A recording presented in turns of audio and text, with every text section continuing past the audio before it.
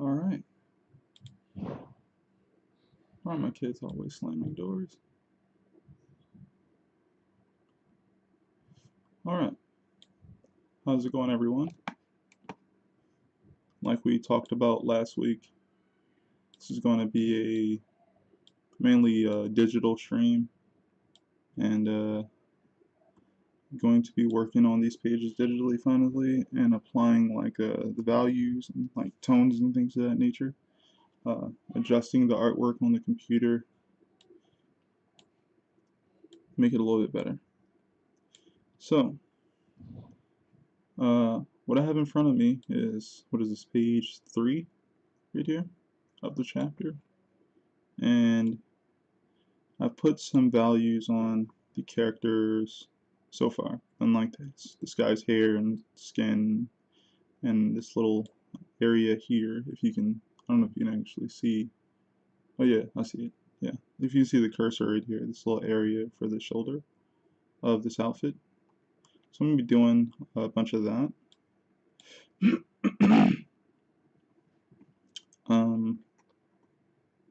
yeah, I'm gonna be doing a bunch of those, and probably tackling things like the background a bit later, honestly.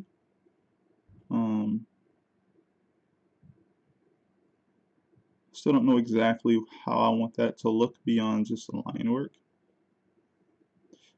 But yeah, I actually got like a little cool tip I want to share with you guys. I already did it to this page over here, so now I'm going to do it over here on this page. So I'm going to zoom out a bit so you can see. Well, I guess this is technically it's 2 tips, right? When I usually work on my comics and I get all this stuff into Clip Studio, what I usually try to keep is this spread opening look, like this double page spread look here, and it allows me to visualize what it's going to look like when a person is holding the book and able to see both pages open that they would see. So I'm able to kind of map the panel flow better because it's in that spread pair, stuff like that. Just gonna make a little notes layer real quick. That'd be cool. Just gonna do that. Color. So yeah, how big is this pen? That's fine. I think I have a marker. Oh, that's even smaller. I felt it. All right, cool. So we can use this for notes, right? So the thing I wanted to show you guys beyond this is like this cleanup tool that I have, or the cleanup tech that I have, if you will. So what I usually do to clean up my pages, beyond just doing stuff traditionally with like eraser and everything, is when I scan it in there, I'm always going to get these little specks. You might not be able to see it so well, but let's see. We're going to go to where this page is. It's this one, right? And I've already probably went to, let's see, convert brightness to opacity, which allows me to get rid of all the white in the image and just leaves the line work, right? And I do that first usually, and you know, it looks like this without this paper here at the bottom. Oh, so I didn't do it yet. Perfect, so I can do it now. Cool, so I turned that off, so I'm on the right layer. Check, yep. So I'm gonna go ahead and go to convert brightness to opacity. When I do that, when I'm on this layer, there we go. We get rid of all the white in the image, and it leaves just the line work that we drew on and stuff like that. And it makes, you know, you can basically select things a lot better now. So I'm gonna turn the paper back on so we can see better. Right? So we still got that on the right layer. So now what I can do is this, right? I know that I have little specks, right? If I zoom all the way in, I see like one right here, you know, little small areas of these little specks that aren't probably as intentional as it could be. They're not actually me putting lines there. It's just me leaving debris and stuff. It could be from my scanner. It could be from when I was drawing it and whatnot. but we don't want it. So since we don't want it, we use this method. So what I usually do is I go over here to this little dustpan looking thing. It's in the correction line area, I guess. But basically it looks like, you know, a dustpan. And I usually click that and get ready. And I cheat a little bit. I use this here, this border effect, right? I click border effect. I click a color, right? And right now I'm going to click blue. I'm going to go ahead and fill that. So now with this border color, we can go ahead and see all the specs that we actually want to get rid of besides just our line work. So if you zoom in a little bit, see these little specks? Those are the debris that we want to get rid of on our whole image. So take the little dustpan tool, you set it to how big you feel like your specs are, like for your dust, and you go ahead and just drag it across, and it'll start getting rid of the ones. A good thing is you can set this to how big you want it to be. So if I only want to get rid of, I guess that would be like, I don't know if that's millimeters, like it's like the size ratio. It'll only get rid of that. So, oh, click the wrong thing. So as you can see, these two specs right here are not leaving because they're probably bigger than my allotted size that I want to get rid of. So I usually keep this around 30-35 depending on what I feel like I need. So that's at 24. I think 35 is good.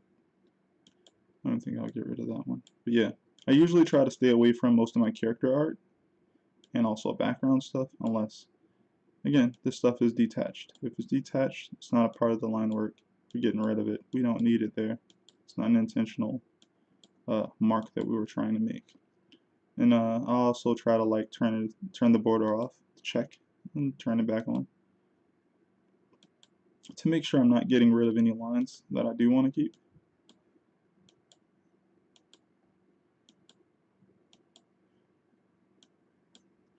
And yeah, I'm selecting like one at a time because I've definitely gotten rid of a bunch of lines that I wanted to keep a long time ago.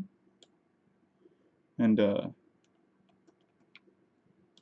it's not fun to lose, you know, quality in your imagery as you're working on this stuff. You want to have it be as nice looking as possible for people to enjoy and for you to also look back on. There's been many times where I've put a lot of detail into an image and go through this process and then I've lost a bunch of image quality and been like, dang, I don't remember this thing looking so flat. It's like, oh, it's because you got rid of all the rendering lines that you added some type of way in your cleaning up process. So I always thought it was cool. I learned a similar process like this from, I believe, Omar Dogan in one of his tutorials back in the day. It was like 3-4 years ago. But he was using Photoshop, and I didn't have access to Photoshop. But I took what I could from that and applied it to anything else that was digital.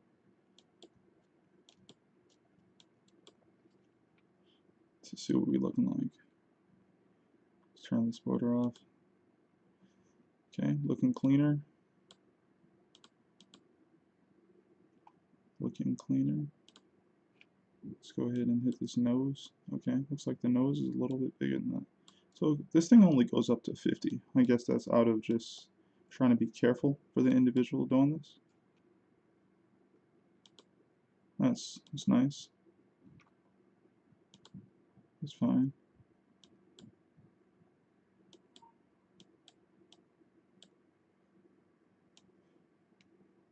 But yeah, this works very well in my opinion. If you do this enough, you have a pretty clean image, and then you can backtrack and get even more cleaner, or even cleaner, with just using your eraser tool, I would say.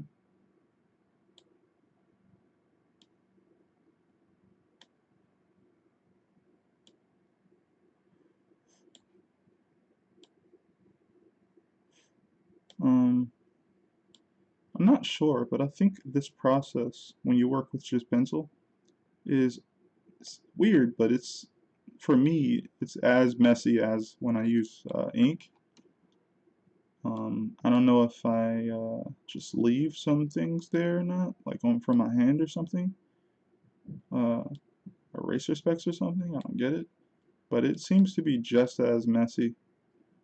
So backgrounds are actually a lot harder than doing character art, because you know that there's specific areas where you're like, you see these little marks. Let me see these little. Well, you can't probably see that well. See these little marks, these little lines. Sometimes you make a small one, you know, and it's intentional because you want to use it to help describe the shape of the form that you're putting down. And then you go to do this process, and then it's like, oh crap, like I got rid of something.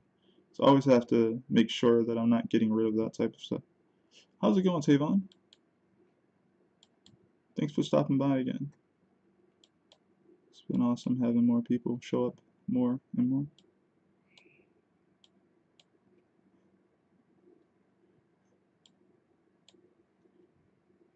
Like, I can actually see some of these specs. I'm like, nope, that wasn't intentional.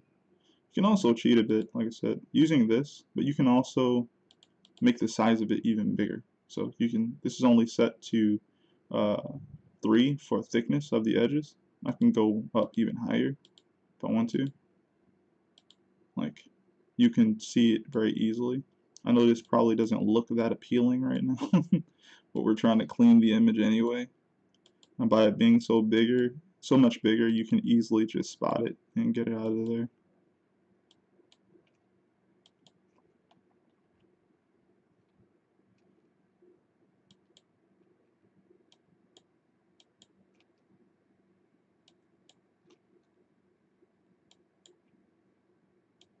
Try to do this very quickly.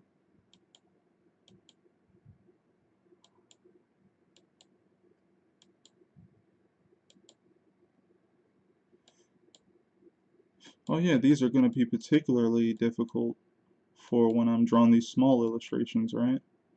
Because, you know, those shapes are very close together. Yeah. Trying not to get rid of any marks that I actually want to keep. So how we looking? So as you can see, there's something up here, and we don't even have anything over here that's kind of showing up. So turn that on. I get rid of it, most of it. Okay, get rid of that and that. Cool. Oh, thanks. Thanks, Tavon.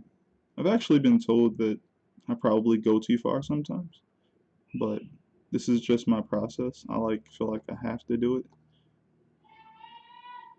Not like anyone's telling me, but like I honestly just want to make it as precise as possible.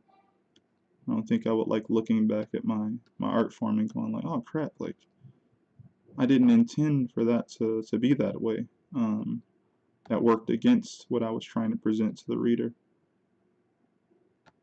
So I'm trying to get better and better at that type of thing, and just presenting to the reader exactly what I'm trying to say.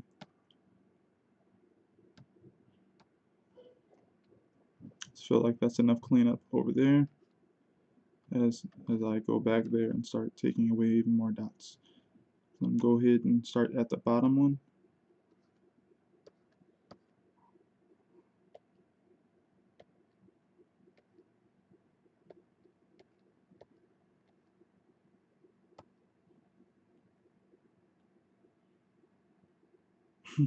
Thanks, man.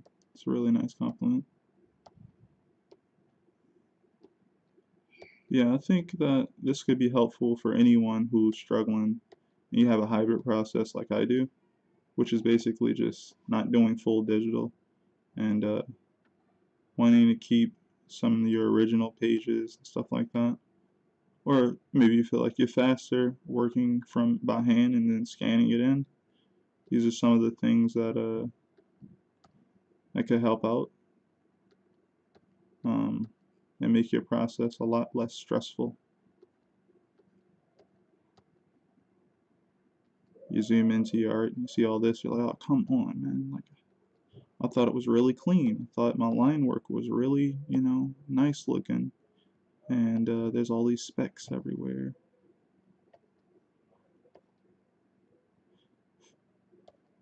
And of course, I know that most people are not about to zoom in to any of this. Most people aren't. They cut down. Alright, so now it's clean. And now we can go ahead and start applying like tones and values and things of that nature. So I already kind of pre-added some tone. Yeah, right there. Added like the shadow here. Oh look, see that little speck right there? Like, I would have been able to just easily get that if I had on the wrong layer. Let's go to the right layer. Nope, this one. This is the note layer, and I'm gonna go ahead and turn that red so we know that it's notes, so we can color coordinate things. All right, and one of my favorite tools is this lasso fill. You just make a shape, and it goes ahead and fills that shape when you let go of the surface. So, yeah. So we got that shadow there. Kind of like to keep things a little bit more graphic. I'm gonna probably do a little bit more editing to some of the line work, but overall, I like it.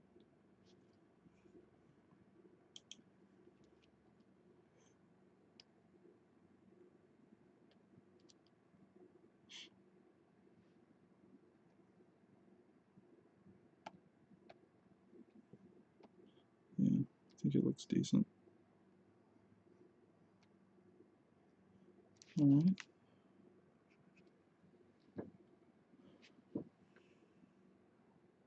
So I'm gonna go ahead and fill in some of these areas. I feel like I could have did a little bit better.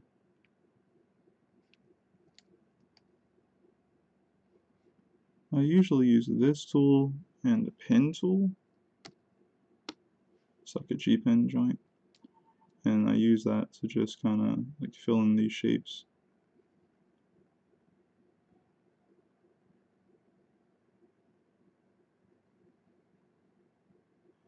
One other thing I'm trying to do, which I don't know if I'll change later or not, it's not something like a strat I've been using forever. I'm just kind of new to it.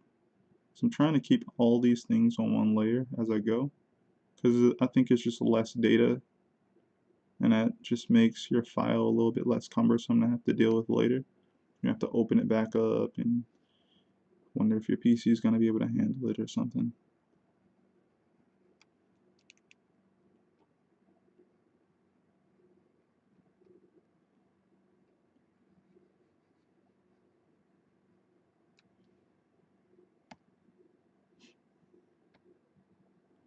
Alright, I like that. So that's there. I usually try to do everything at around like 25%, even though, it's going to be much smaller. It's going to be actually closer to this here 12.5 view. But like when I work on the detail aspect of things, I get a little closer than 25, but then I zoom out to about 25 to make sure it looks good from that viewpoint. Oh, I'm erasing.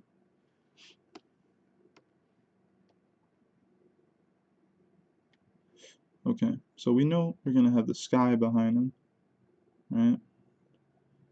And good thing is I can easily select the sky. So since I have all the character art on this layer here, go ahead and make a new layer. Go ahead and change it from monochrome to gray, since we're working in grayscale primarily at the moment.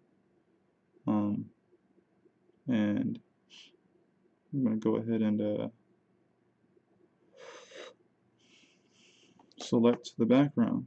So I'm just going to go ahead and grab the magic wand tool, select the shapes in the background, try to get all of them in one go. Over here as well. See if I miss any space in between hair or collar, like these. Go ahead and fill it with this or a different color. It is relatively daytime, so I'm going to use the same exact uh, shade here, right? Look like that. And I actually got rid of, what is this, the gradation tool? Let's see here, tool settings. No, not that one. I got rid of the tool because every time I pressed G, it would give me two options, and I was like, I just want the fill tool here. But it never would really give it to me. It would just give me the gradation tool joint. So I was just like, you know what, I'll just delete it and bring it back. And of course, right now, I don't remember how to bring it back. But that's fine. So we have import subtool. Is that it? Nope, wrong. Wrong. That's fine.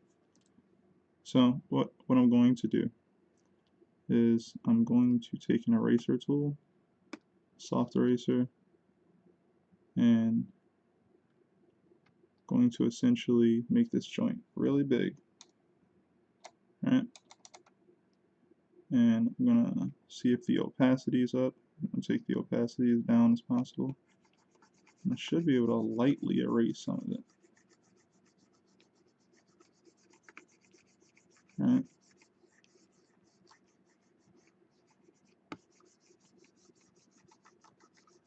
That looks cool. Now it's lightly erased. Some of it should still be there. You can go ahead and grab a tool like, where's this specific tool that I like to use? This cloud tool. It's pretty cool. Go ahead and put it on this. That's not what I'm looking for. I think if it's smaller, it does a little bit better. Right, yep. Now you can essentially just put some clouds in there if you want. I need those clouds to be probably a bit bigger.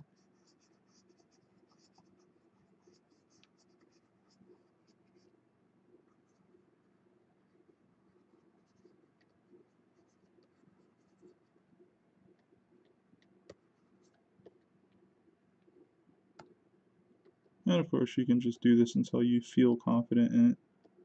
I don't necessarily like this right now completely, but it is something I can play with.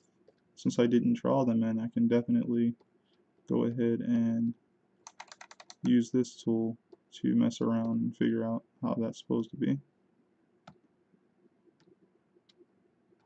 really don't like that.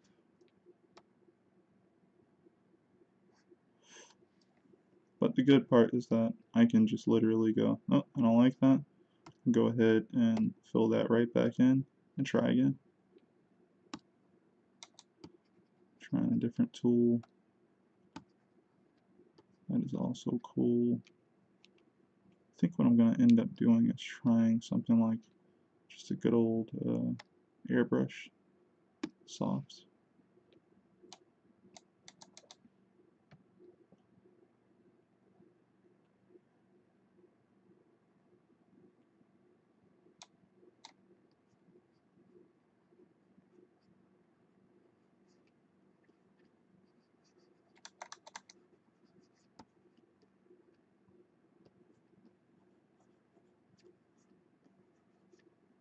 So it doesn't actually help that being that way. I also think that I know I'm going to put a word bubble over there anyway. If that's the case, then I can actually lighten up things over here in particular. Not too much. Right? So we can put like small bit of cloud here.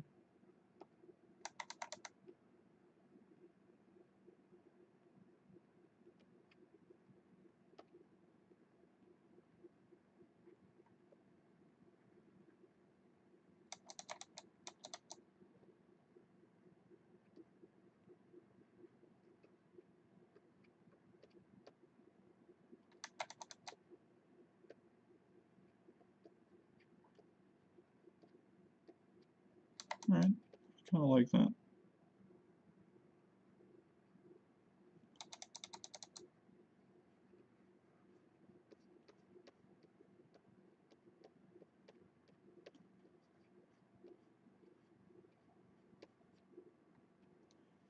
And of course, let's try.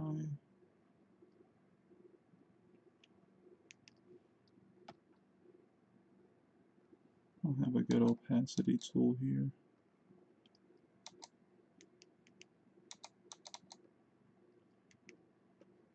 I guess that's just going to do that.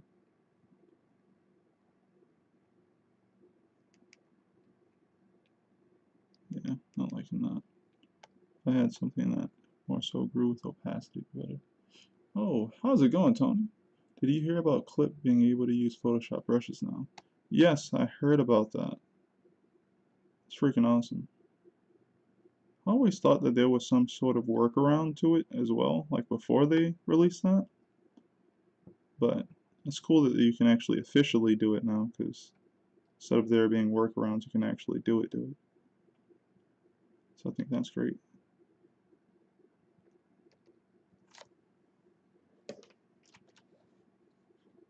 How have you been, man?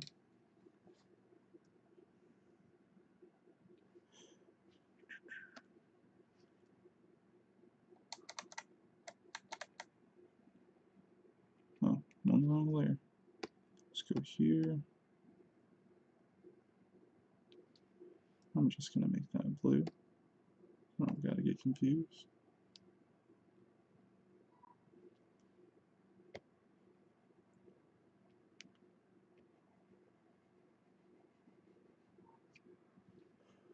Doing good.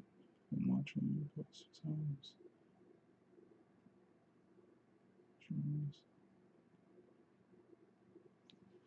Ah, awesome. I'm glad you were able to actually see those at all. Always just post them just for, you know, anyone who could stop by. I haven't changed any of my times to try to make sure it's easy for people to know when it's going to happen.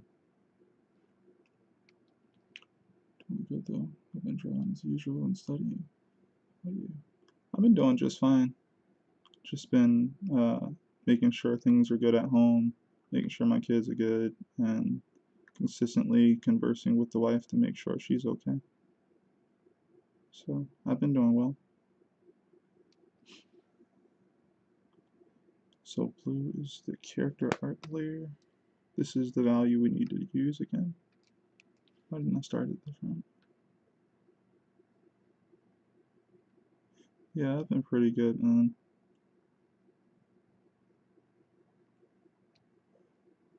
Gotta steal that from your playbook.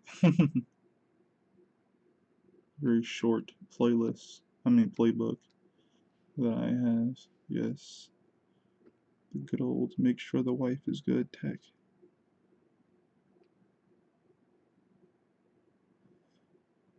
Yeah.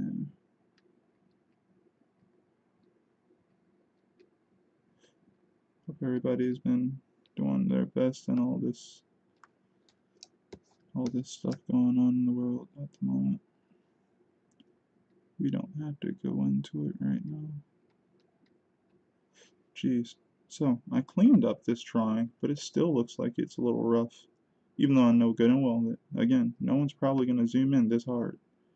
You know, it's going to definitely be like this small. Like even on the screen I'm working at, this is bigger than your phone type thing. So, like, I know no one's going to see it. But also on me, and I'm like, oh, someone's going to see I see that, you know, like, oh no. But if I see it, they see it.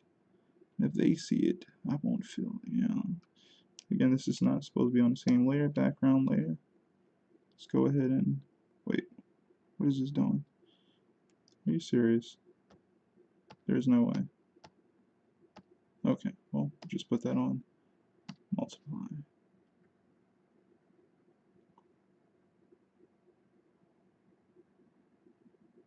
Alright, I like that.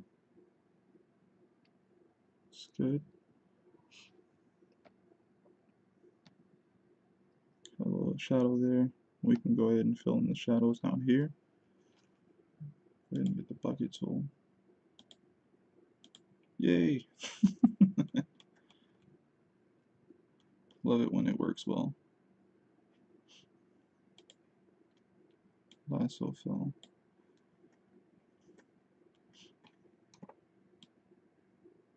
But yeah, I usually run through and go ahead and hit all my character art first, and then I come back and kind of make sure that all of my background stuff works like in tandem with my character art well enough. That's usually how I do it.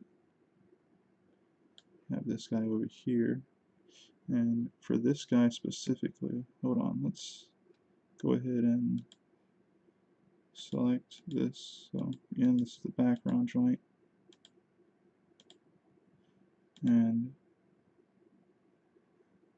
dang, see, now I want the actual gradation tool back. I wonder if you can add that here. If I could add it here, that would be awesome. I doubt it though. I don't think you can. Have your fill tool. Those already added. Yeah.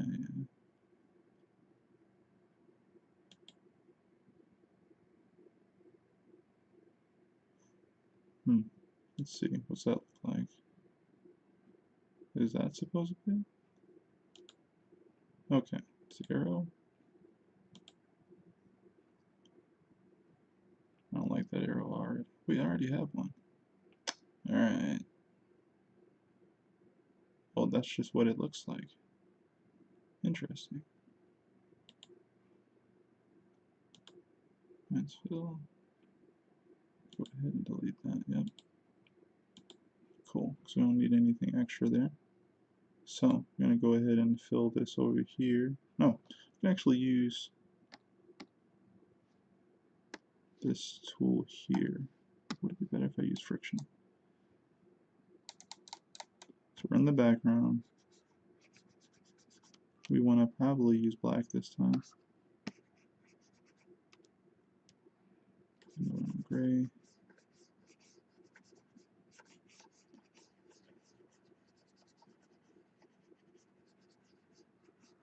Yeah.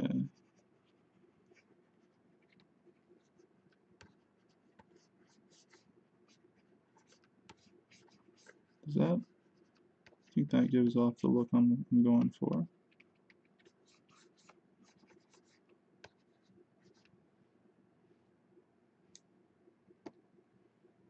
Yep.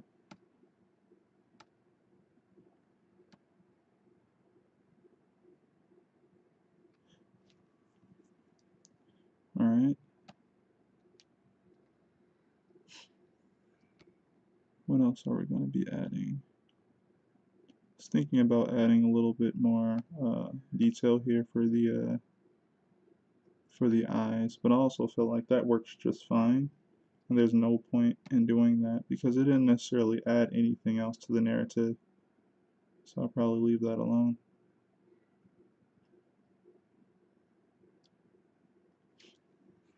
What else are we going to do here?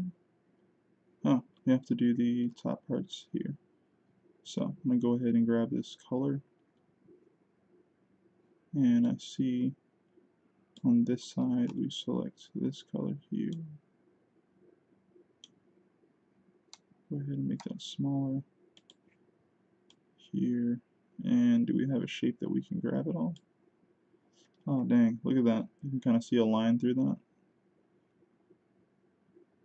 It's blue. This is actually darker here.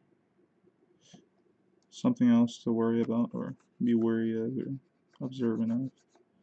When you do your selection tool stuff, sometimes it doesn't completely select the area, so you always have to increase the size of the selection. Or it's just not gonna get the whole shape.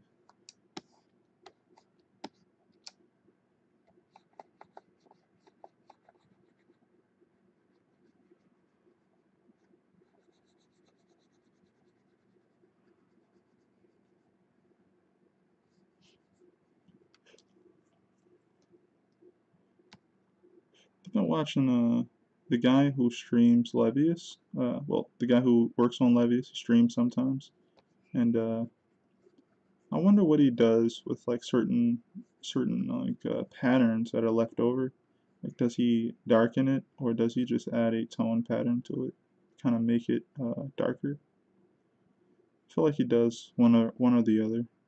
That's what it looks like when I see it.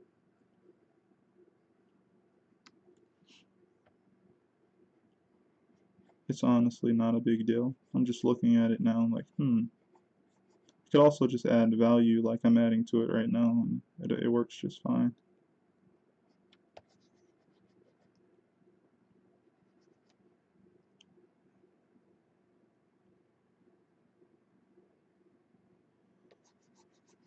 Oh yeah,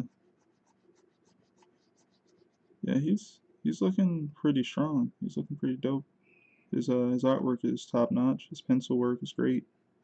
Everything I've seen him draw on stream has been really nice, and I know his technique is basically what I've been trying out recently.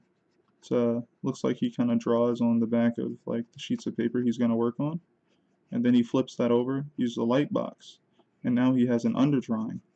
So he doesn't have to really erase very much, since he mainly works in pencil. It's ideal that he doesn't have to. And he mainly seems to work with the kneaded eraser, from what I could gather, which is great because it doesn't leave any eraser shavings, which means you don't have an extra chance to smear your artwork when you're trying to be done with it.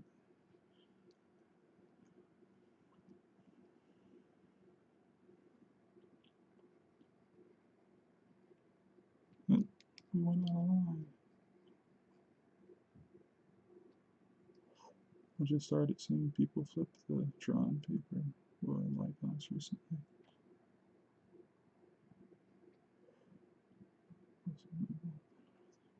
Right? It really makes you think.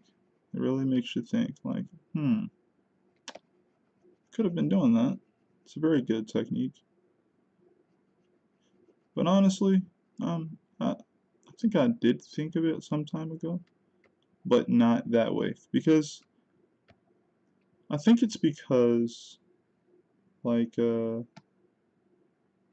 know, I'm not very familiar with a lot of people in the American scene doing that either. I've seen some amateur people do it. I'm not used to like professionals who do it. So I think because it's not like on my radar, like when it comes to what the professionals are doing, it just slips past me. I was just like, oh, like I don't think a professional would do that. Like when I was younger, anyway, right? And now I'm like, I'm trying to look for anything that I can to just help me not just complete my work and stuff, but to make my work even more enjoyable for me as I work on it. And doing it this way allows me to do that more.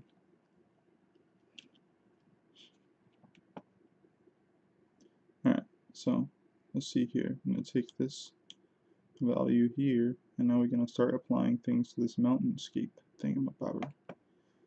Alright, so we want to give these these things a bit more character. So I'm only going to go around certain shapes to give them a bit of lighting and form to them, I guess. So all I have to do is pick a light source.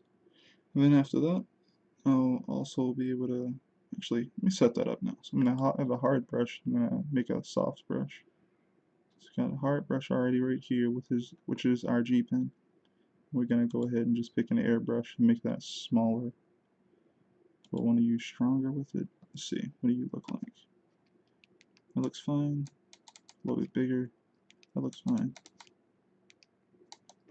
Okay, I like that. So I'm going to go ahead and start with the hard brush.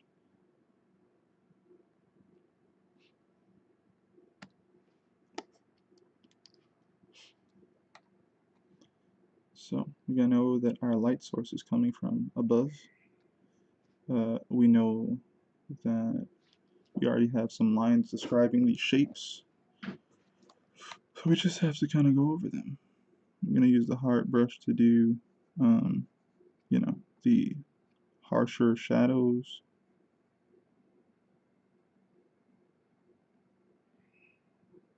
Almost kind of repeating the type of shapes that I've already made.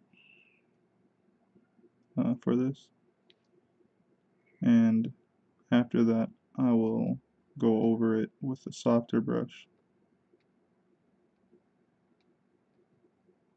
to kind of put more lighting emphasis on things. So we got that.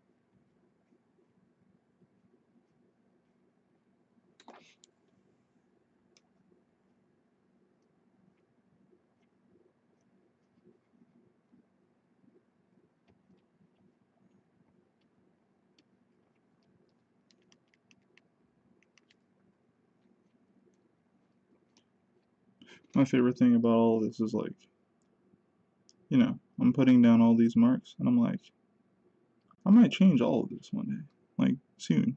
Like, I might look at this off stream and be like, I didn't like that. But I'll definitely tell you guys and show you guys where I didn't like it and why. So I'm cool with sharing that. For right now, these are the marks I'm making, and yeah, I'm okay with them right now.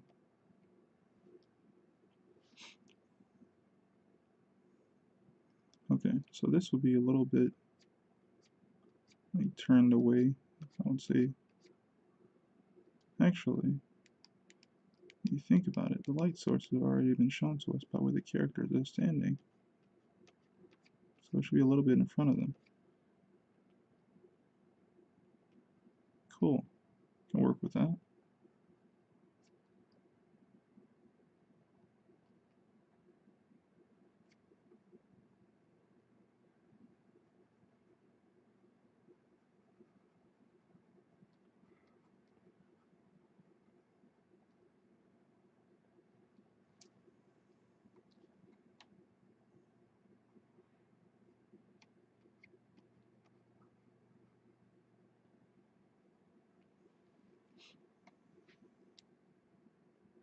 Alright, so where else will we put this, right? It's kind of the interior of a crevice. Go ahead and put that there.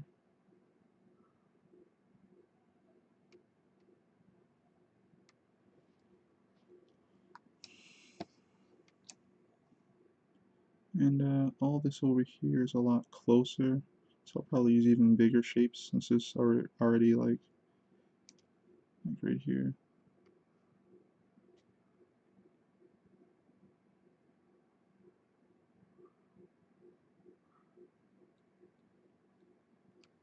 And I can go ahead and use fill. Yep.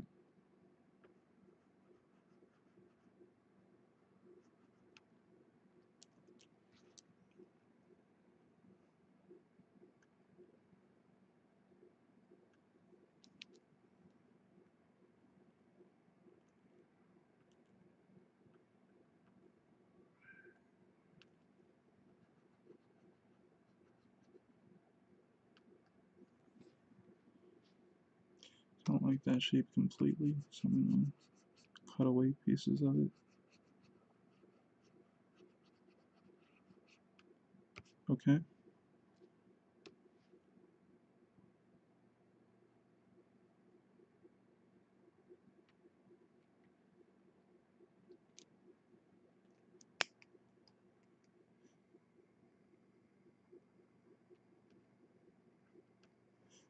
Alright. So we could put a little bit more here and there, but I'm not gonna go all the way to the back because technically the light source would be stronger there. And also, it's further away, so it would just be visually less detailed.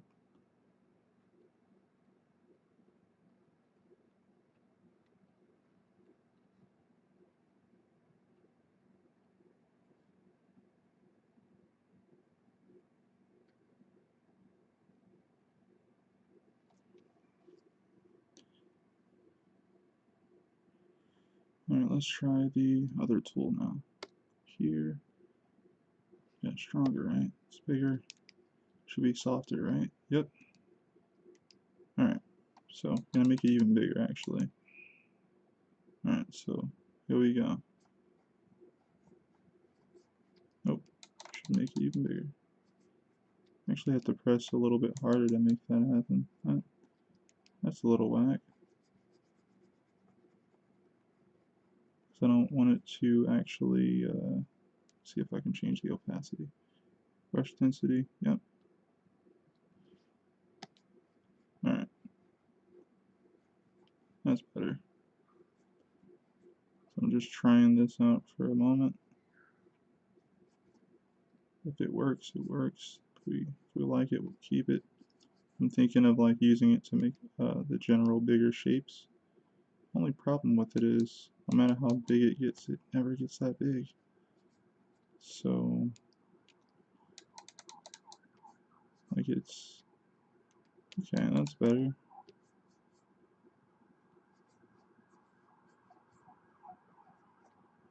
Let's try again. We're at the bottom.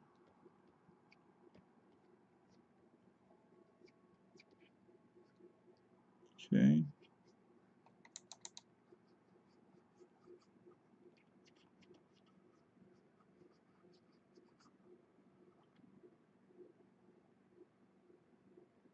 Makes sense. I'm back on baby duty. LOL. How'd you get off of baby duty? How? I thought baby duty never ended.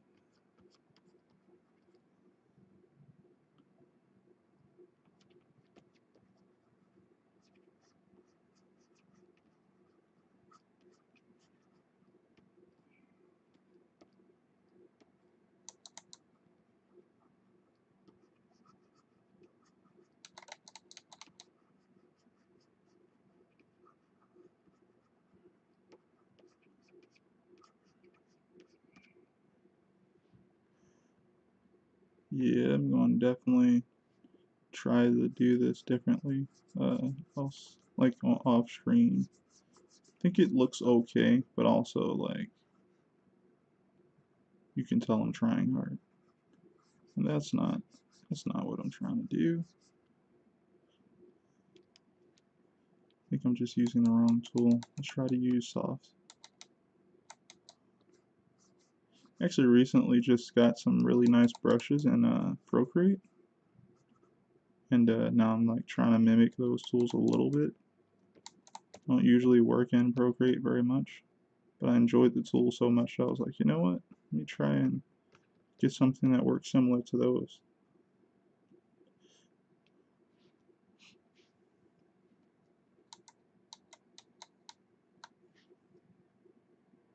I think I get what's up with this though. I feel like actually everything on this side should probably be softer. So if that's the case, shouldn't I just blend everything?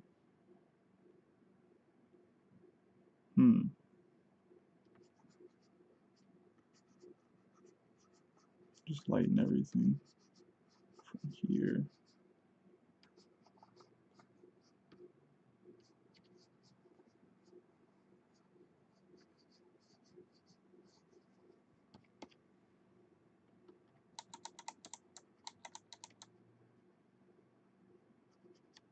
It literally looks better just because it's like easier on the eyes.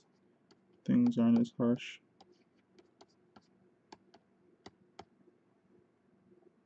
Okay. And what we will do, well, go ahead and erase out this form. It sticks out a bit. Now put a little bit more detail near the back.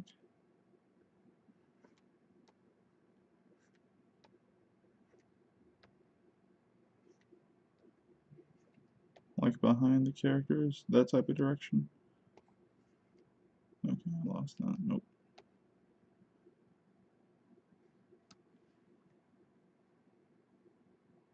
And yeah, I think it's looking a lot better.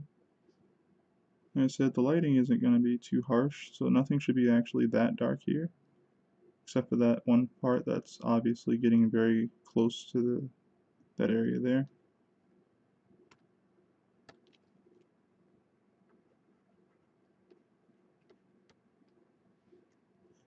Okay, so go ahead and do what I was doing previously, except,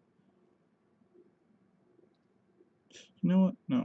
If they're looking this direction, that means things over in that direction should be technically in the focal point. So what I'll do is I'll pick something softer to go touch up the foreground, adding a little bit more dimensionality here.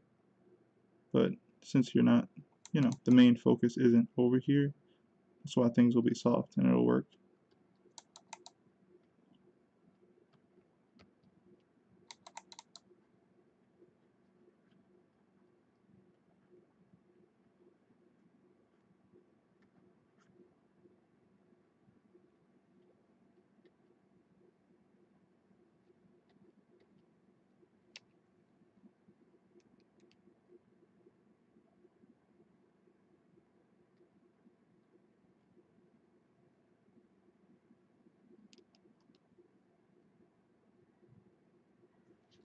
Alright, and that's, I don't mainly have to do much other than what that is.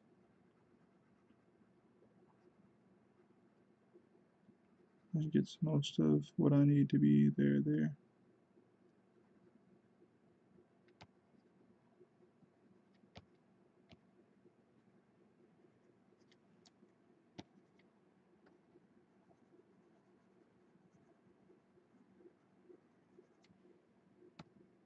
Alright, looking okay. I don't like a lot of this over here though. I'm not gonna spend too much extra time going over and over it. Go ahead and clean up these edges for now anyway. I usually try to clean up all this type of stuff later. Like when I'm done with all the blending and stuff. This is not a painting, right? I'm not trying to over detail anything. I'm trying to just keep our pictures relatively focused and also interesting to look at. So add some more details here.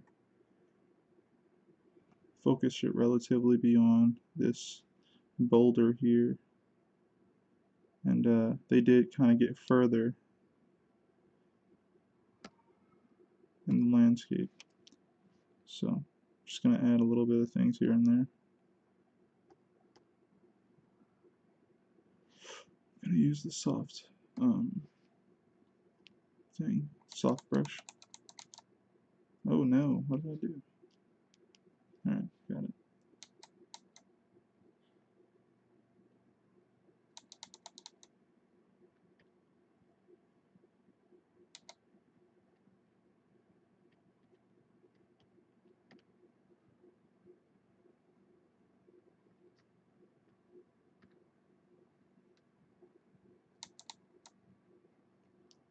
Kind of going over the cracks in the landscape that I added, making them stand out a bit more.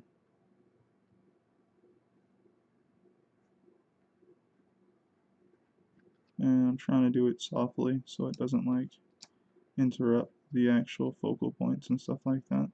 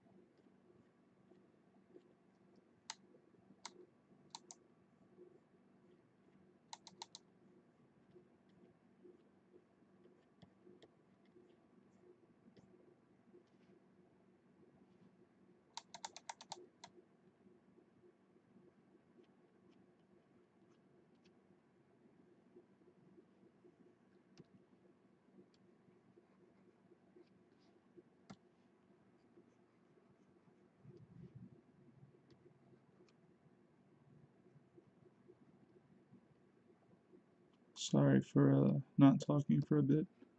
I don't know why, but the Street Fighter 3 music came on in my head, and I got really focused. I was like, oh, I like that song. I just kept going.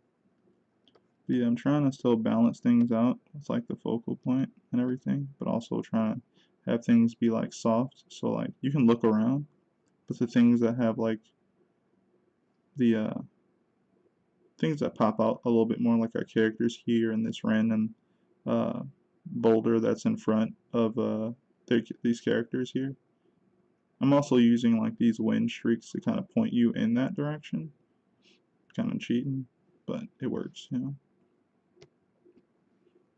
Could also put a harsher shadow right there as well. So we could just go ahead, grab black, grab our pen, and we could just literally place that shadow there. Probably actually be a little bit smaller.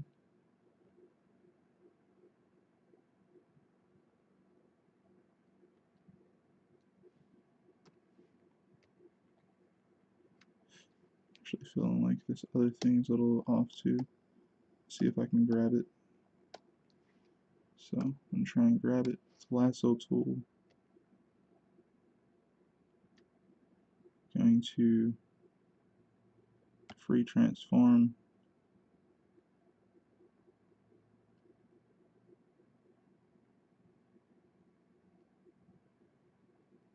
Move it up a little bit. That looks a lot better.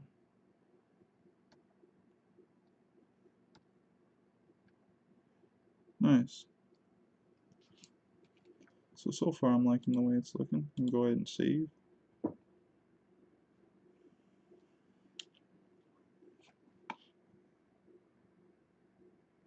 Yeah.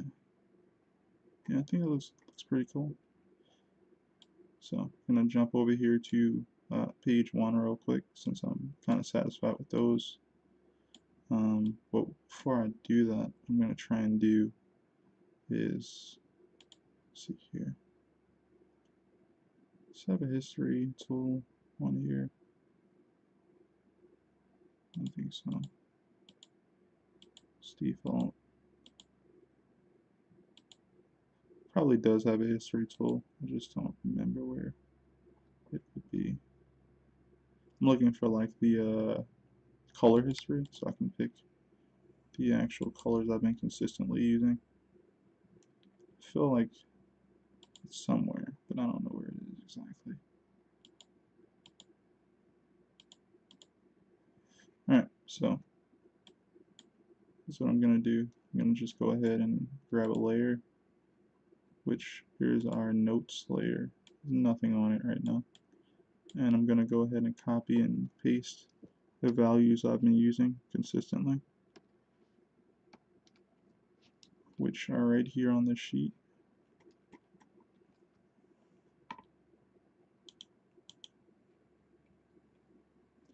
So we're on this.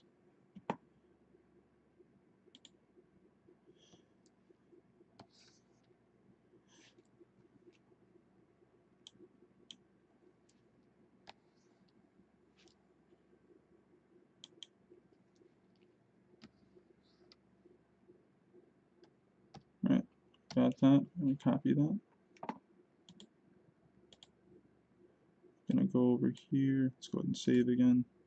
I'm gonna go right over here to previous page, which is supposed to be page 1. Alright, so I got a page 1 here, and the cool thing about this one is I did some of this in actual ink, so there's actual dark areas here that I don't need to touch up or anything. That's great. So what I'm going to do is paste. There we go. Did not think it would be right there in the middle. That's interesting. Okay, I'm going to take that and go ahead and start applying some changes to this. Turn off the red. Here we go. Oh look, it's my underdrawing. I'm going to take this. I'm going to start doing some of the same things we did to the previous pages. well, the previous later pages, right? So we gotta go ahead and change our, wait, let's make sure, is it rasterized? Alright, image is already rasterized. Actually turn off this underdrawing so it doesn't keep popping up when I do that. So all the images below, except for the paper. Right? Even these, because we already have all our frames on that one page. So here we go. I'm going to go ahead and change our opacity, or our brightness to opacity. There we go. Doesn't look like anything happened, but it did. We got our line work ready. So I'm going to go ahead and hit this border effect.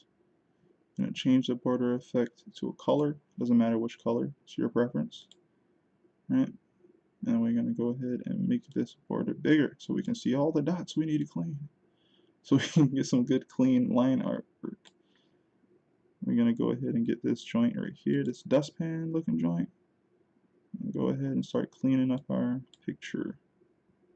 I don't think it needs to be at 50. I put it like 35 usually. It's fine. And I usually hit all the borders.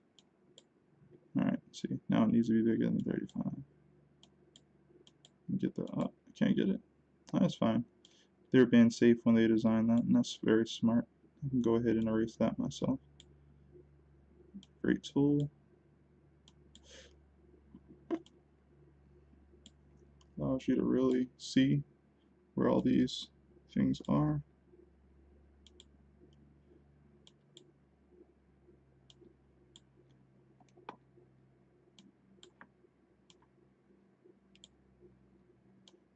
Shouldn't be too much to add here either. I do want to add, you know, as Tavon said the other day, a skybox. Which I know is a video game thing, I know. But it sounds cool. So I'm gonna start using video game terms for like my videos.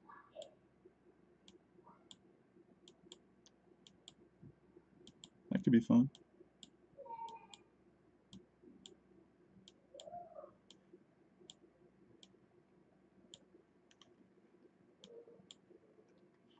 Alright, we're getting somewhere. The good thing is I know that this is going to be, this is definitely supposed to be clean because there's nothing in between them right here. So I can go ahead and drag and clean up all this stuff here. So nothing is supposed to be there. And also, they're wearing like a all white like outfit here. So I also know that there's nothing supposed to be there either. I'm not doing too much to kind of render that out at the moment. Now the shoes, on the other hand, there's little rendering on them, from what I remember. So I gotta be a little bit careful about that.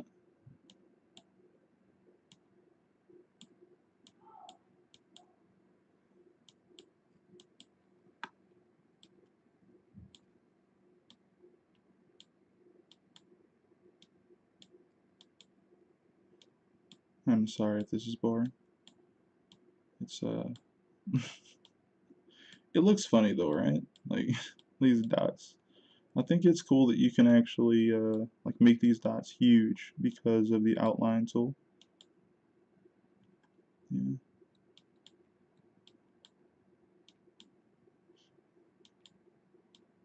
And it really helps you just see just how many marks that are unintentional go on your art, even when you try your best. Like before I scanned my art, like I told you guys the other day, I went over it and checked and changed some things and all that good stuff. I've gotten better and better at like checking my art and stuff like that over the years, right? But kind of made sure I made some changes, redrew some things, and also took a kneaded eraser to like everything in between like characters and borders and stuff like that. Kneaded eraser does a great job at like getting all that debris off of your paper, and all the smudging and stuff lightens up all that. And then I found out that the Photos app for, I guess, Microsoft works very well. So what I did was hit it up with the Clarify tool, and I also ended up darkening some of my lines before I got them into Clip Studio. So I was surprised by how easily that went. I was like, oh, this is a great tool. There's some good tools here. I remember back in the day, you know, these tools weren't as readily available. No filters or anything. What I did do was take away all the color. So there's some parts where I've drawn Samara with like a colored pencil type thing, or a colored lead. But basically what I did was I reduced the saturation, or the color essentially, out of the image, so that it would just be black and white. So everything's looking very much together right now. Alright, so I'm going to go ahead and do this now. Got our values to work with. Go ahead and select and everything and fill. So let's do that. Should be this one, right? No, that's undo. Redo. Alright. Wait a minute. Wasn't that? Oh, right. I switched that out. So this button here allows me to do that. Alright. Click it. We're going to go ahead and go to another layer. Go back to grayscale. Make sure we're on multiply layer. And I'm going to start off with the characters again.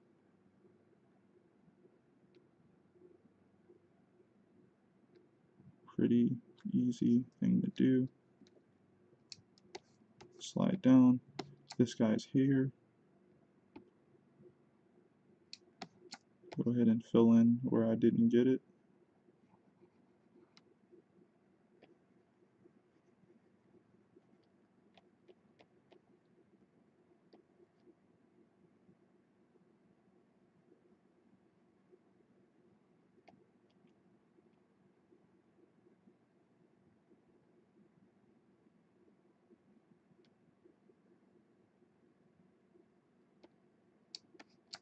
Yeah.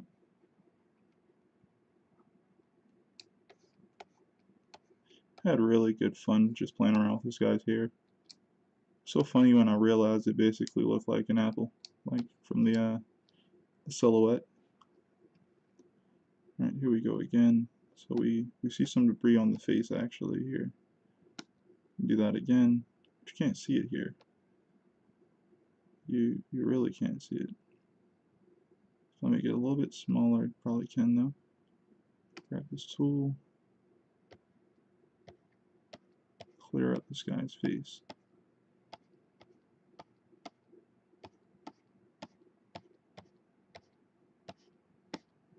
Yeah. Got a few of them, that's good.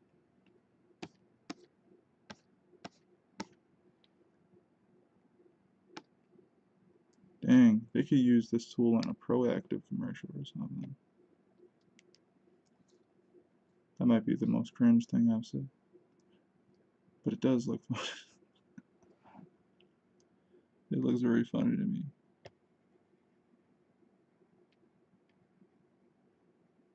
Oh no, I'm drawing on the wrong layer. See, that joke almost cost me a lot of time. Should be on the same layer as this guy is here. Turn that blue. Now we don't have to wonder. So using colors.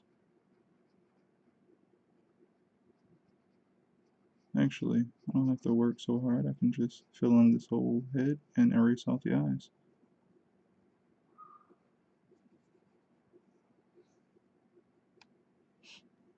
Can go ahead and that.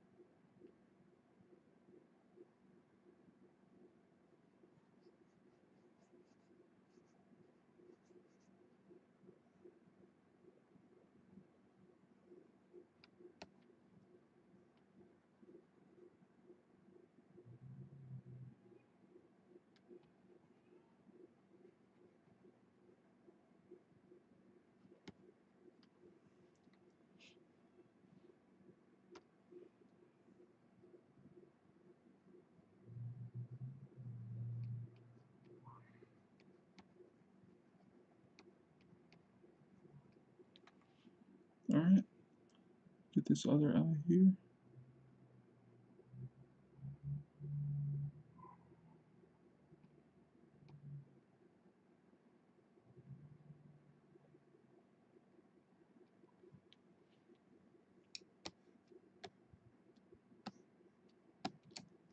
Fill this shape here. What did I press? Oh, it's on that. Okay. Cool. Skin. Skin. And what I'll also do is kind of like also fill in this guy's like, even though he has his nails there, I fill that in as well. Why? I feel like if it was just white, it would stand out too much from a graphic standpoint. So you would always be like, this guy's nails stand out so much. At least for me, right? That's how it is for me. Fill in this part of the shoes. Okay, how about I say that doesn't want to go?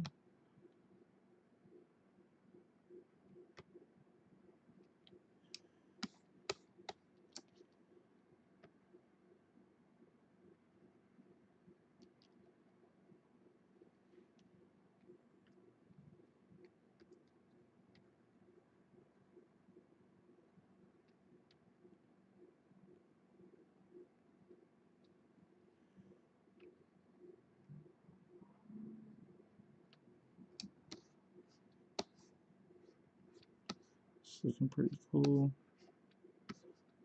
I'm gonna use this here and fill these in. Now, I kind of don't like just how dark that is, honestly. Which is why I keep thinking about using the other one, the other value that I have there. It's a little lighter. This is a darker, it's the darkest value, other than just black, right? And from far away, it doesn't seem that bad. Doesn't seem that bad. I wonder, would it just be better to use a lighter value here?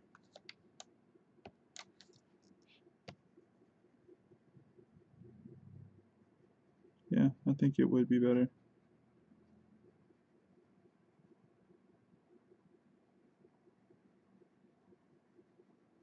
So I may go back and change that. It's only a page or two that I have to make sure that's a certain way. So what I'm trying to do with that, honestly, notice that sometimes it's all black here, and then other times, and then other times, essentially, it has like this little. I'm basically talking about this upward part here. Hello, Miss Apple. Dang, I'm so late with chat. Yeah, I'm talking about this upper part here, where this. I'm basically trying to show a light source, right? Trying to be like, hey, light is coming from above, so I'm lighting this. So now I'm like, well, if I make it too dark, then it doesn't look too different than the black I have underneath of it. If I go too light, it stands out a bit as well. I'm trying to figure that part out.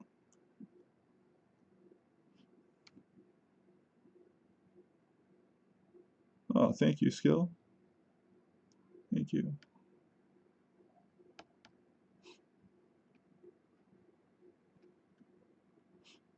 Let's get up in here.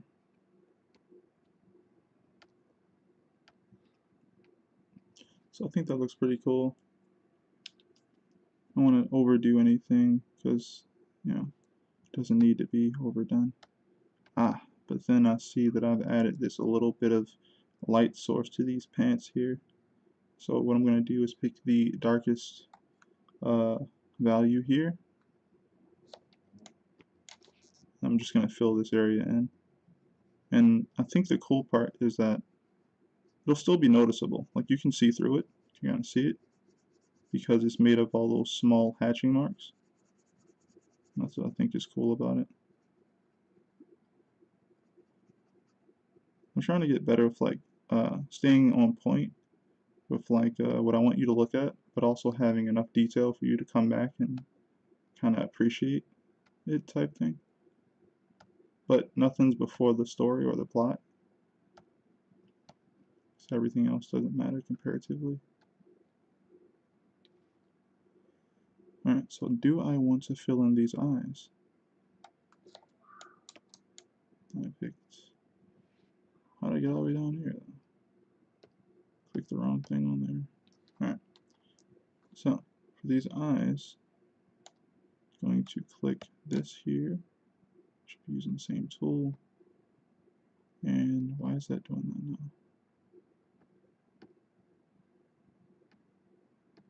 now? Okay, I was on the wrong layer.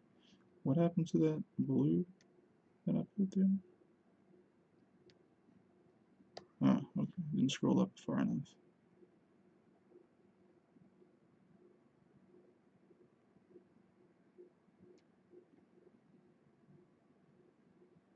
Nice.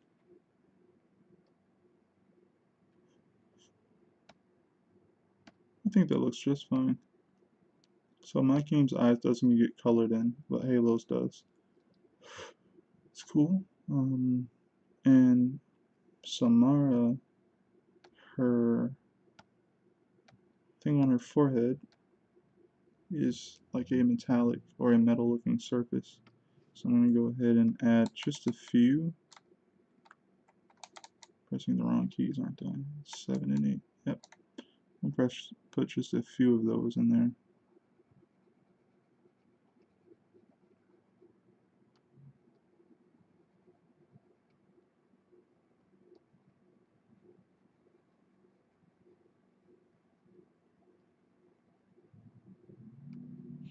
Now does it look, how does it look far away? It looks fine. It reads just fine. Even smaller, you hardly can notice it, but I think it'll be better when it's cropped and you can check it out on your phone or your tablet and stuff like that.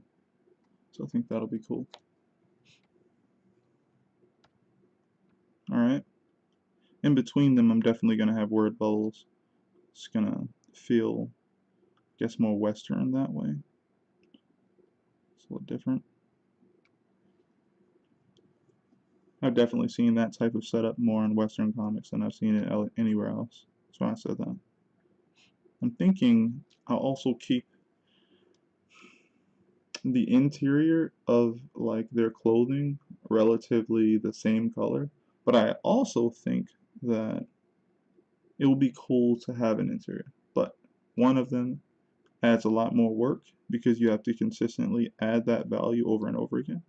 So what I usually try to do is I usually try to use like wrapping hatching marks, like I have here, to kind of indicate that this is the inside of their clothing, and to kind of also give dimension to it. So that's what I kind of do. So I'm just thinking about a lot of things and how to balance a lot of these visual things going on.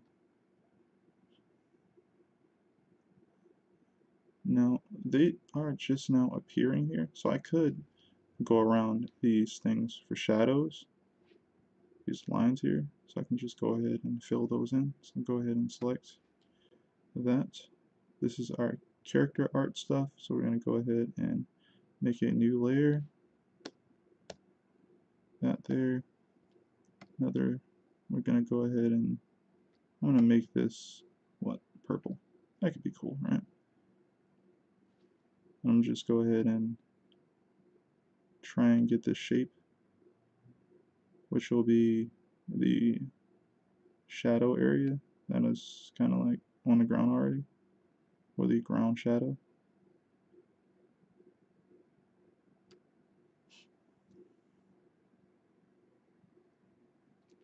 I have a better idea. Actually, no, that's fine. Go around it. And then when I'm done, I'm going to try and do a soft airbrush effect.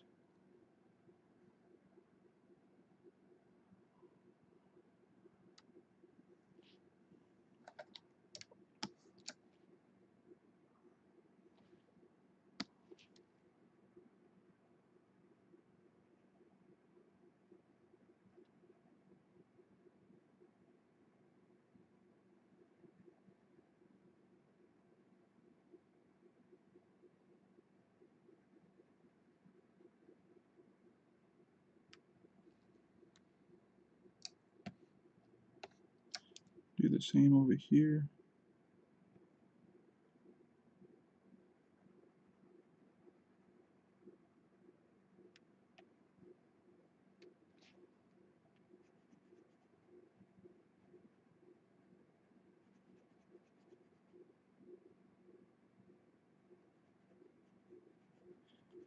Usually would be worried because I'm using the same value as one of the values that are on the shoe that are also on the ground plane. But since I use hatching on the ground plane, when it overlaps with the hatching, it looks darker. So I'm not worried about it.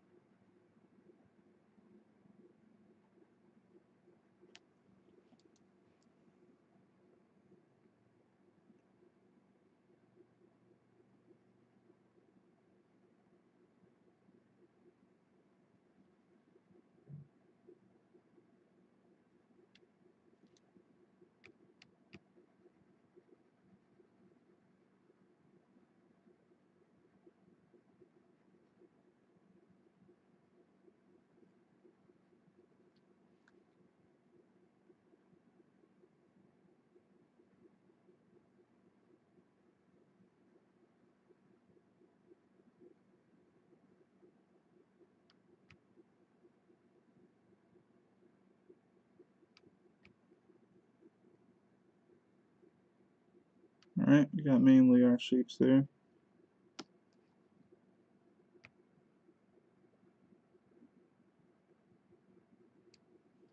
Erasing out some things that I didn't want to hit. Alright. Looks pretty cool.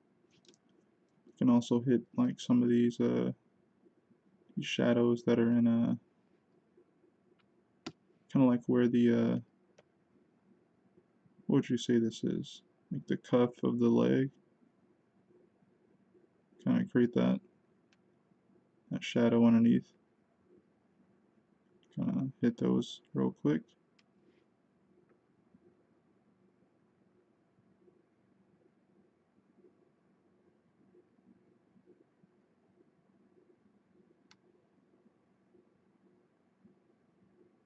Alright, relatively done. Now I'm going to go ahead and try to get this airbrush. Well, this is on soft. That's what it's looking like. Might want to do stronger. It's too big. Let's try again.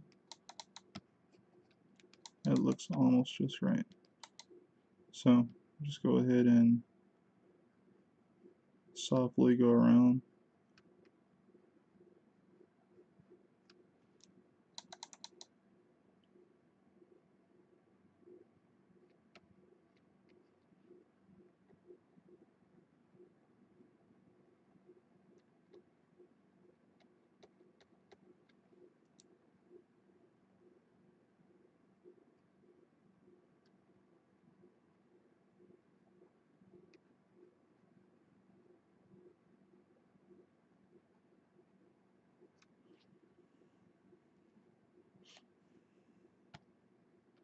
Yeah, it looks a lot better. Sunlight's beaming. It's gonna have like it's not gonna be a hard shadow consistently. Gotta always check this brush, so I'm still not as familiar with it as I want to be, but that's fine.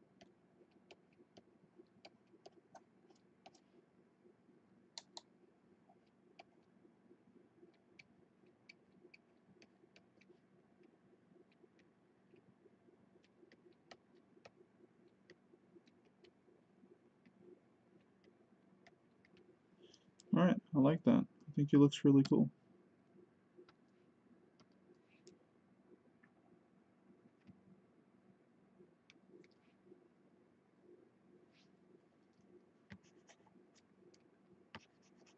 Alright, making sure to not overdo anything. So we'll be leaving most of the other stuff right like on this panel down here below, like alone. It doesn't need to be overdone, like I said. Most of our line work is, most of our line works and our shapes that we filled in with black and stuff like that are doing all the heavy lifting for us, along with our composition. You know, and that's kind of how I like to do it. So this red one, still have that right there. So we're gonna go ahead and start thinking about the top area. I don't know why I did that in the opposite order, but I just happened to. Go ahead and start filling in some things. So they're walking, relatively walking forward, since I have Halo's bang kind of in front on here. So walking towards us. So let's go ahead and add something that definitely isn't there, but I'll add later on the physical. And that is the line that should be in front, which indicates kind of like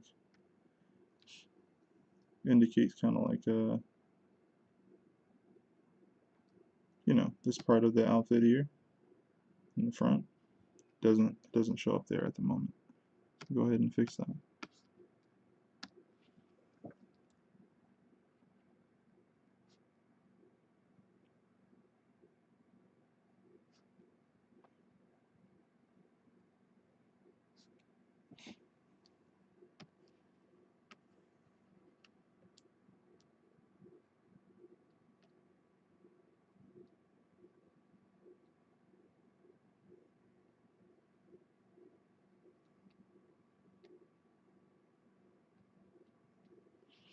And since Halo's just a bit taller than Makeem, I always gotta think of that. So I made his that line for him, you know, a tad bit shorter.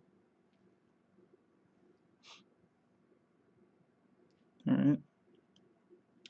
Characters are coming forward, which again means that things further away have less value because it's daytime.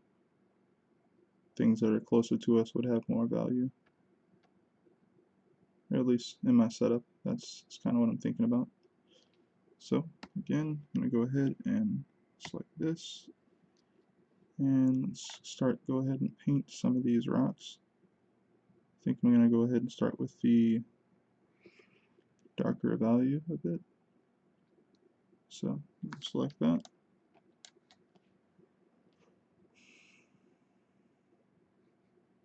That's the wrong layer. Which layer are we on? It's for our characters. So purple is what we're going to use. Should definitely use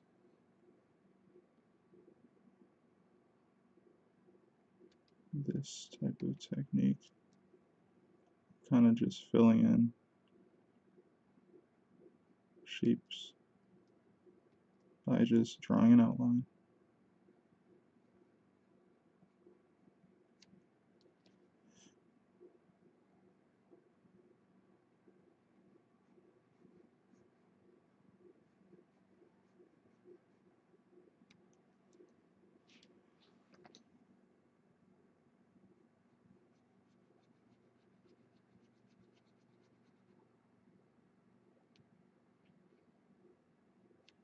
Any of you guys put like a paper-like on your Wacom tablet?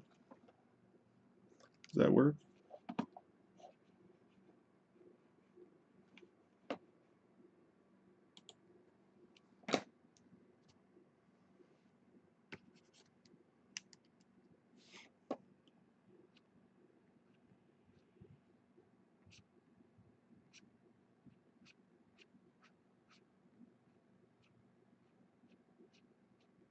I'm using like a Cintiq right now.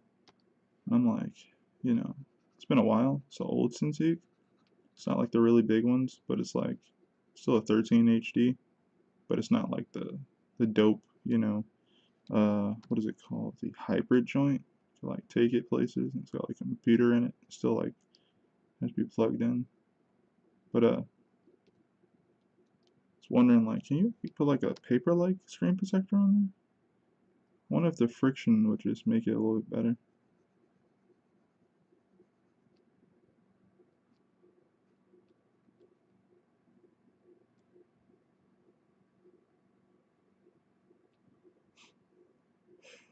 You have the Wacom Hybrid. I think that's what it's called. It's been a while. I don't actually remember the actual name. I believe that's what it's called. Wait, no. Is it the Hybrid? So I thought the Hybrid was the one with the computer in it. You could it's basically a computer. And they have some screen protectors that's supposed to feel paper-like. Yeah. Yeah, they do.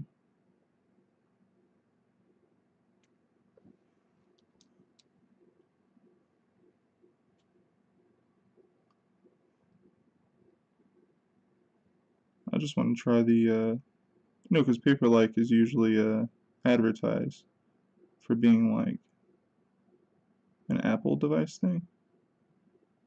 But I wonder if you could just like put it on other devices like, you know, like your Wacom tablet. Yeah, it's basically the same as an iPad and stuff. Word, okay. Might have to try that then.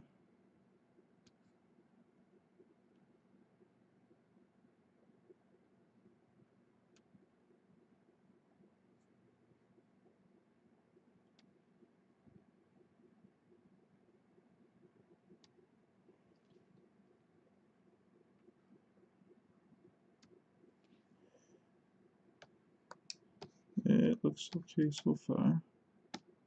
The good part is I can always just play around with these shapes and change the opacity and everything. Kind of use it for selection tool, like for like selection stuff also. So that's good. Wait a minute, you look perfect. No, yeah, just fill that in.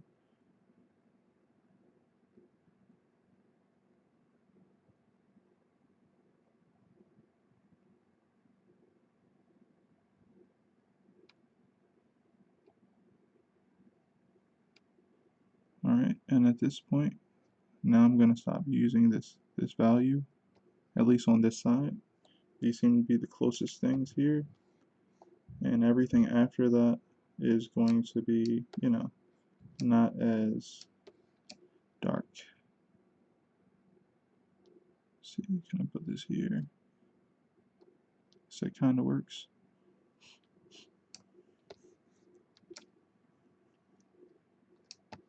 So I'm trying to do like some chunky shapes. I'm gonna use some smaller shapes of other values here. Go down. I'm only gonna try and use 2 values, honestly. So it doesn't need to be overdone. Just this one.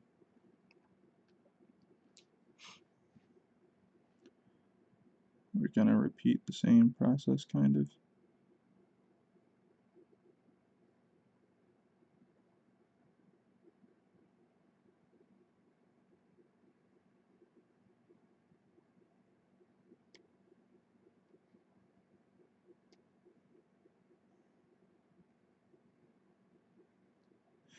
Hey Tony, have you seen the Pooperia? Uh, was it the 3-minute trailer joint? Nah, if you have, what you think of it?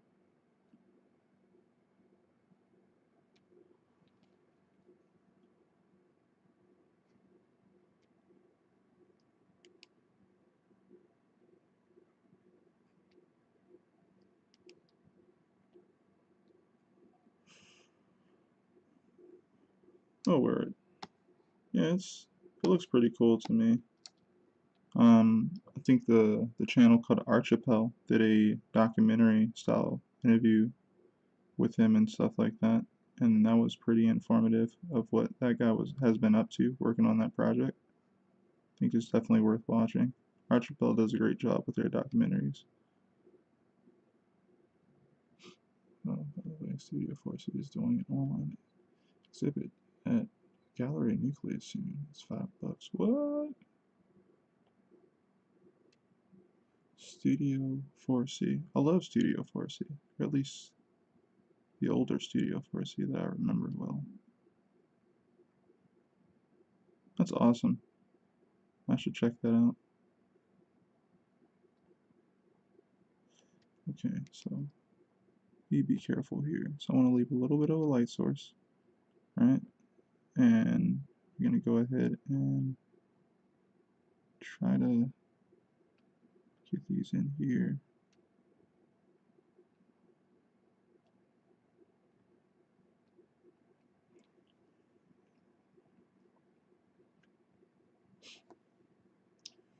Here's the link. Oh, yeah, go ahead and post the link. Definitely be checking that out.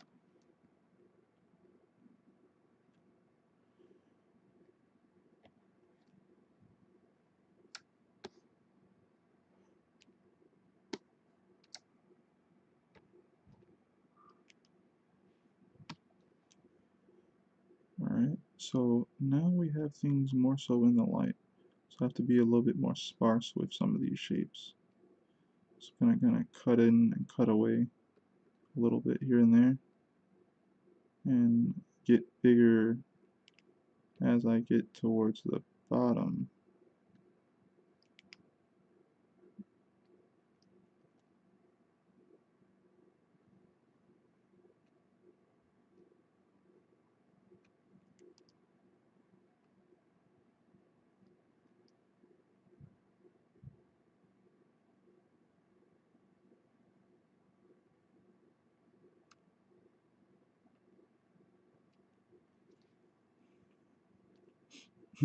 Yo, drop. How's it going, Andre?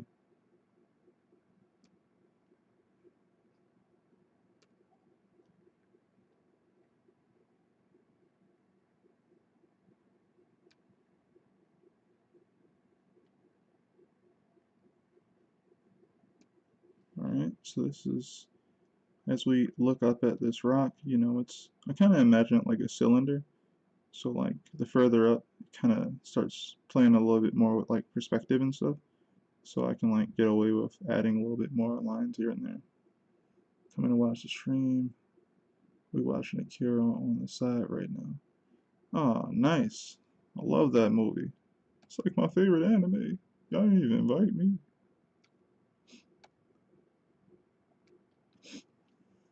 But yeah, yeah, Akira's fantastic. Um, if anyone is like new school and doesn't know that Akira's fantastic, I'm gonna say it. Akira's fantastic.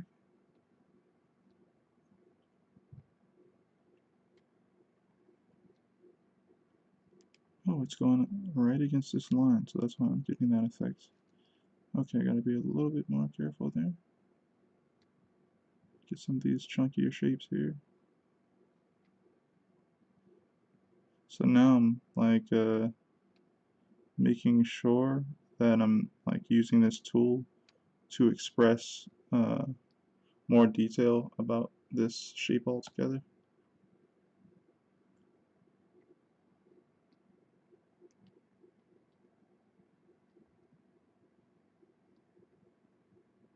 Actually trying to get rid of some of this darkness here.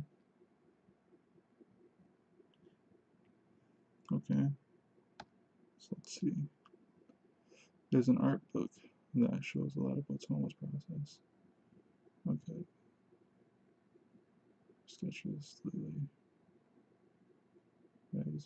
Thanks, Andre. Trying. You said there's a an art book that Otomo put out that shows kind of like his process. It's pretty cool. You know what I always thought about over time?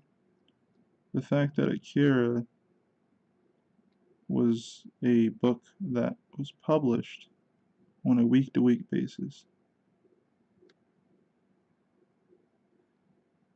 If you know what Akira looks like, it's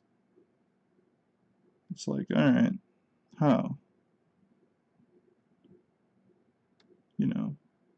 But from what I hear, it's kind of like Otomo and his assistant or assistants, whenever they did link up, he just drew everything as quickly as possible. Once he got his storyboard stuff approved, he supposedly did the whole Kim Jong-gi thing, kind of just sat down and didn't probably use much pencil at all. got as much of it down as it could, and just started like finishing it, which is amazing. It just kind of speaks to his level.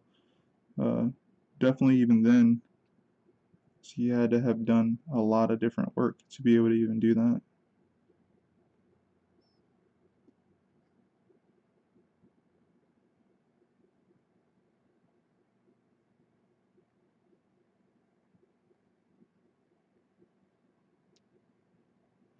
Why am I doing this to myself? I could just go ahead and go on a different layer and just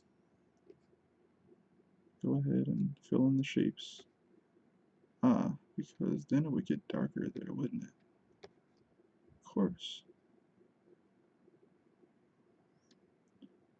Okay, I just should have laid in the lighter value first instead of going back and doing this. But this is fine, it still works.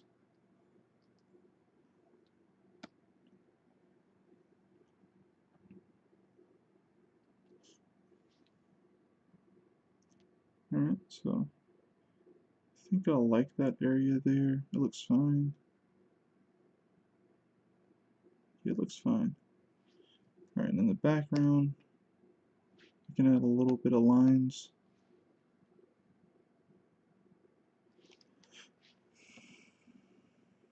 So these are the closest ones, so that's what we're going to use.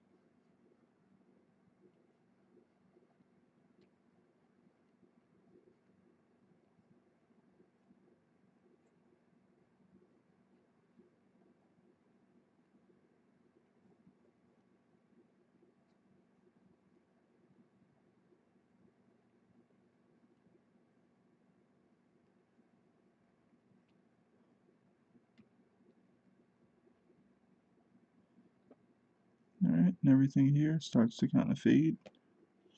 You know what, this lasso tool is one of my favorites because you can technically draw with it. Like you can like draw with it, man. Like just do little strokes like that. Like, you can basically just draw with this thing. I think that's why it's my favorite. Like, it's one of my favorite tools. Just do stuff like that, right?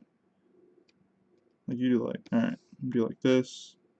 Hold on, do like this. Yes, I'm playing around on stream a little bit. Like that, right? And then you can like do this and erase out of it by doing like a zigzag or something. Right? You could like lighten it up. It's like you can do a bunch of stuff with this tool. Yeah, it's great. A lot of web animators use a lasso to make effects. Oh, word? I didn't know that. See, I'm not as like versed when it comes to like animation, stuff like that. But I'm always paying attention when I can.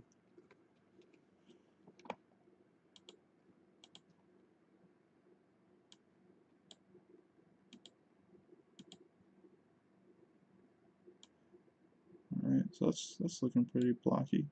Pretty nice. Let's get this. Nice. So I'm okay with the way that's looking. Doesn't look bad to me so far. Right? We got our ground shadow there. Up here we got kind of like a light source without even having one. And I can also cheat a bit more because if we know that the light is kind of like it's like above them, we could also it's like above them but behind them a little bit. We could also cheat and give them a very light shadow on them. Uh, but then they'll be like, why isn't there one there? I guess you could say it's because the camera is directly in front of them here, so it wouldn't seem that way. So I don't think they need it honestly, but still get away with it. And it does. I mean, does it help the narrative? Let's see what it looks like first.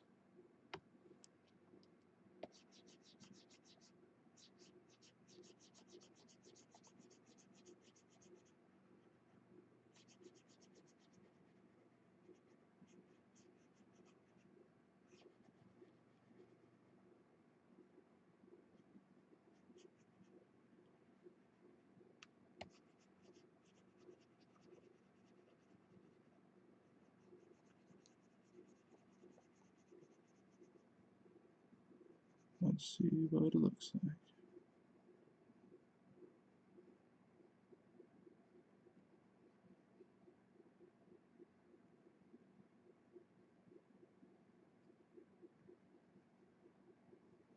Okay, so now we're going to zoom out, see what it looks like. That kind of gives off a whole different feel to some degree. I would definitely want to use like a something to lighten it up a bit and erase away a part of it.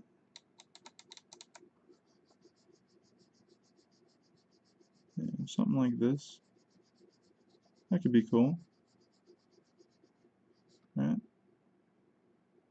Yeah, that could be cool. Did I just erase away this man's hair? No, I didn't. But actually, he should have hair there. Let's go ahead and add, you know, what shape for that hair would be.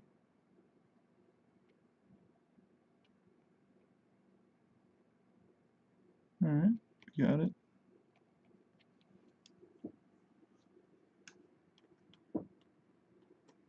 Cool. We can see our two characters. We know what position they're in. My bad, 3 characters, my bad. Hold on. You know what? Below indication. Where we at? Is it this page, right? Yeah.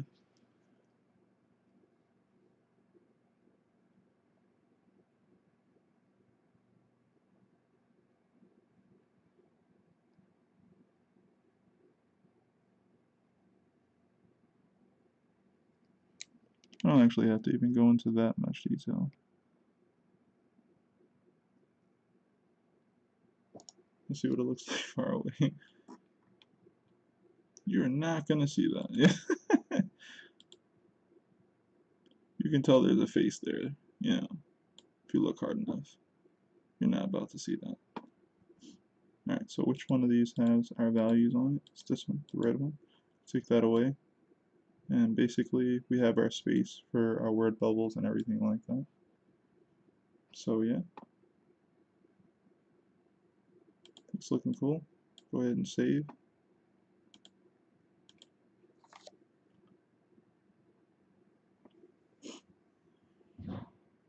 Nice. Alright, so we got that in there. We have a little bit of... Oh no, that's actually supposed to be that way. Alright, I'm gonna go to the other 2 pages right here because I like the way they looked as well. And yeah, I'm gonna talk to you guys a bit. Hope you guys been enjoying these. Hope you guys also been drawing and working on your own things as well. It's always cool to hear what you guys have been up to, honestly. I'm mainly working on this comic at the moment, but I know eventually I'm gonna probably do even more types of art streams, like on this channel. You know, it'll be, you know, fan art type stuff, you know, comic tutorial type stuff, maybe, anything else I can think of. Um, but yeah, I'm pretty excited about just working on this comic again, honestly, and it's just been fun getting this far again on like a chapter. Previous thing I did was like it was like for a contest, and I did it all in pencil, which is how I learned more about this process. And I love the way this looks. And I'm also thinking of kind of keeping a lot of these streams free. Maybe I'll do like regular videos, and I'll put them up first on Patreon and things of that nature. But for right now, I'm enjoying just hanging out with you guys and producing this stuff and talking and, you know, going over my process and stuff. And shoot, I always wish that I had that type of thing when I was younger, when I was trying to learn a lot more. So, I'm gonna try and keep these things free. Not try, I really don't have a reason to not keep them free. But I'm thinking of making some products later. I'll probably be dealing with like PDFs, like for my comic and stuff. And I'm also thinking of making a pencil variant, kind of like what they do in like DC and Marvel when they do like a behind the scenes joint, and they kind of maybe they keep the dialogue and stuff, even some of the sound effects, but it's mainly in pencil. And they'll sell that edition, so I'm thinking of doing that. Um, so obviously it won't have any tone. It won't have uh, certain effects or whatever, but mainly it won't have any tones or values and stuff added to it. It'll just be my pencils, but they'll be really high quality. I scan my work at 600 DPI, and I'm trying to figure out what a good amount of, I guess, megabytes or gigabytes or whatever would be good for you guys. So I'm trying to figure out how to make sure that's not too heavy of a download, and I'm thinking of offering it on Pinterest. What the hell? I said Pinterest. Uh, on what is the site called? Why did I say Pinterest? On Patreon, and I'll do it also through Gumroad, so that you guys can always check it out. If you guys want to delete it and re-download it and stuff. If I make any new additions or changes and stuff like that, as soon as you guys check it out, you guys can re-download it with a better version and everything like that. So I'm thinking of doing something like that, and I'll probably put it at a decent price. But I'm thinking of a really cool way to price it. I'm gonna offer it at a certain price, and it won't change until like it'll stay that way for the volume. So whatever price I put, I'll just I'll put it at a certain amount, and if people want to like help me out through that, I'll keep it that way, and I'll keep doing pages that way and offer it to you guys. Uh, and the price will stay the same for all the stuff I upload throughout that whole volume. I think that would be really cool. But yeah, thanks for hanging out, guys. I'm about to go ahead and end the stream. It's been awesome. I'll be back tomorrow working on these pages again. Uh, and my streams always start at this point in time at 9 p.m.